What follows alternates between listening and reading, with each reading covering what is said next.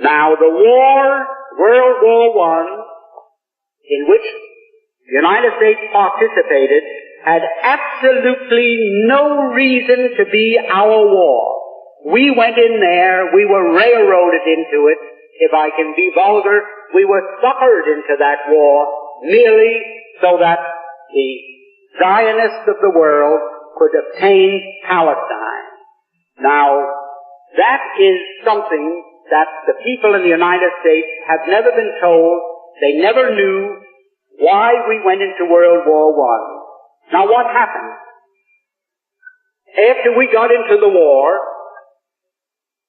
the Zionists went to Great Britain and they said, well, we performed our part of the agreement. Let's have something in writing that shows that you are going to keep your bargain and give us Palestine after you win the war. Because they didn't know whether the war would last another year or another 10 years. So they started to work out a receipt. The receipt took the form of a letter, and it was worded in very cryptic language so that the world at large wouldn't know what it was all about. And that was called the Balfour Declaration. The Balfour Declaration was merely Great Britain's promise to pay the Zionists what they had agreed upon as a consideration for getting the United States into the war. So this great Balfour Declaration that you hear so much about is just as phony as a $3 bill, and I don't think I can make it more emphatic than that. Now, that is where all the trouble started. The United States was in the war. The United States crushed Germany. We went in there, and it's history, you know what happened. Now, when the war was ended, and the Germans went to Paris, to the Paris Peace Conference in 1919, there were 117 Jews there as a delegation representing the Jews, headed by Bernard Baruch. I was there, I ought to know. Now what happened? The Jews at that peace conference, when they were cutting up Germany and parceling out Europe to all these nations that claimed a right to a certain part of European territory, the Jews said, how about Palestine for us? And they produced, for the first time, to the knowledge of Germans, this Balfour Declaration. So the Germans, for the first time, realized, oh, that was the game. That's why the United States came into the war. And the Germans, for the first time, realized that they were defeated.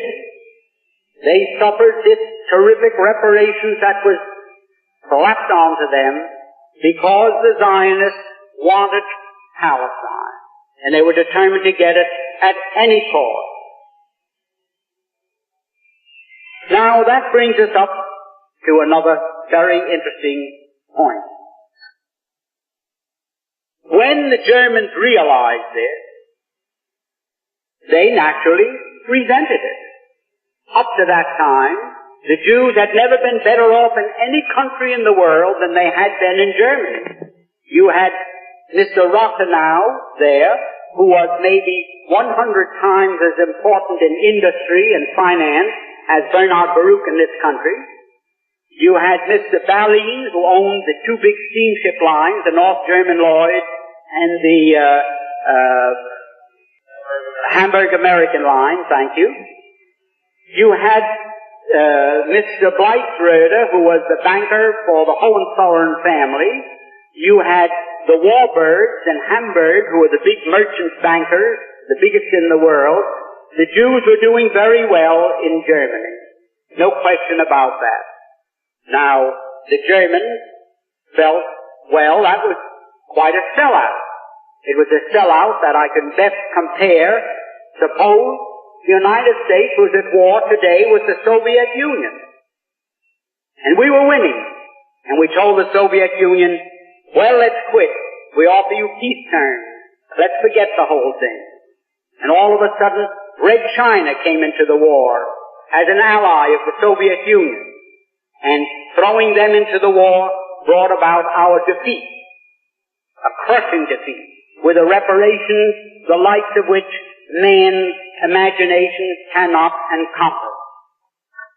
Imagine, then, if we found out that it was the Chinese in this country, our Chinese citizens, who all the time we thought they were loyal citizens working with us, was selling us out to the Soviet Union, and it was through them that Red China was brought into the war against us.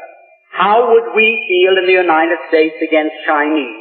I don't think one of them would dare show its face on any street.